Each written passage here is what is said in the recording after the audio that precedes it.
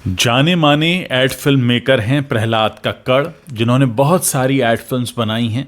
जो लोग नहीं जानते उनको मैं बता दूं कि ऐश्वर्या राय का पहला एड भी उन्होंने ही शूट किया था। महिमा चौधरी का पहला एड भी उन्होंने ही शूट किया था। एक बहुत जाने माने एड फिल्म मेकर रहे हैं। उन्होंने एक बात का जिक्र किया है।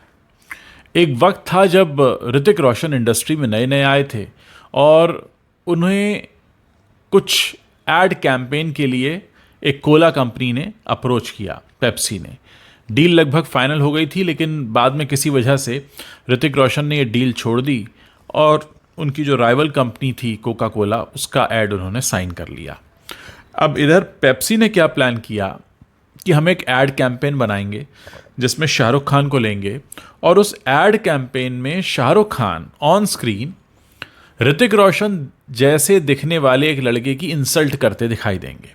तो उसमें दिखाया गया था कि शाहरुख खान ट्रूथ और डेयर की शर्त लगाते हैं उस लड़के के साथ में जो ऋतिक रोशन जैसा दिख रहा है, और फिर उस ऋतिक रोशन जैसे दिखने वाले लड़के का मजाक उड़ाया जाता है और उसको उसमें हारता हुआ दिखाया जाता है। उस वक्त इस एड की काफ़ी आलोचना हुई थी, क्योंकि साफ तौर पर दिख रहा था कि ऋतिक रोशन के लुक अलाइक को लिया गया है और उसको नीचा दिखाया जा रहा है।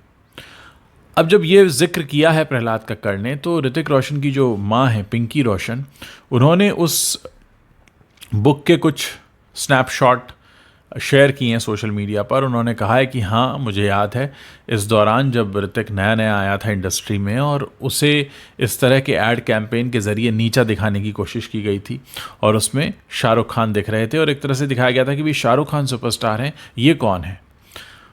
बाद में ऐसा भी हुआ था कि पेप्सी को इसके लिए एक माफ़ीनामा भी जारी करना पड़ा था, क्योंकि लोग काफ़ी थू कर रहे थे और ये काफ़ी बैकफायर कर गया था। तो कई बार ऐसी चीज़ें हो जाती हैं जो आप अनजाने में करते हैं या कई बार जानबूझ के करते हैं। और ख़ासकर अगर आप एड कैंपेन्स की बात करें तो एड कैंपेन्स अक्सर अपने राइवल को टारगेट करने के लिए होते हैं। अब इधर ऋतिक ने न सिर्फ पेप्सी को मना कर दिया था बल्कि उनके राइवल को ज्वाइन कर लिया था।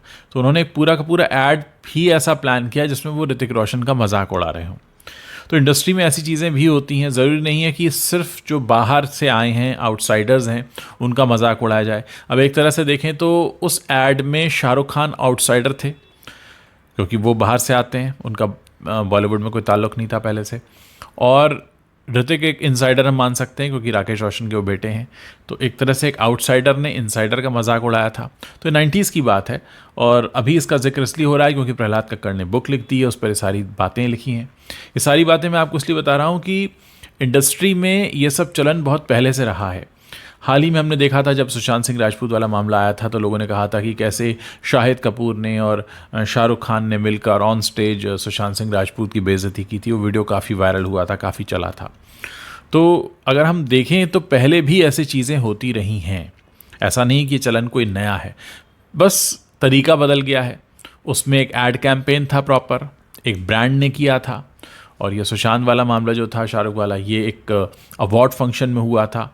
तो कुल मिलाकर ऐसी चीज़ें होती रही हैं।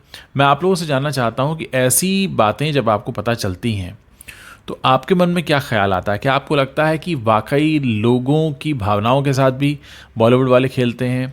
आप जो सोच रहे हैं उनके साथ भी खिलवाड़ होता है और साथ ही साथ कहीं ना कहीं किसी को ऊपर दिखाने के लिए किसी को तो नीचा इन्हें दिखाना पड़ता है, क्योंकि जब तक किसी को नीचा नहीं दिखाएंगे तब तक एक व्यक्ति को ये ऊंचा नहीं दिखा सकते। क्या लगता है आपको इस पूरी घटना के बारे में सोचते हुए जो बताई है प्रहलाद कक्कड़ ने, क्या लगता है आपको कि क्या वाकई फेयर प्रैक्टिसेस चलती हैं बॉलीवुड में या नहीं? जल्दी से नीचे कमेंट करके बताइए।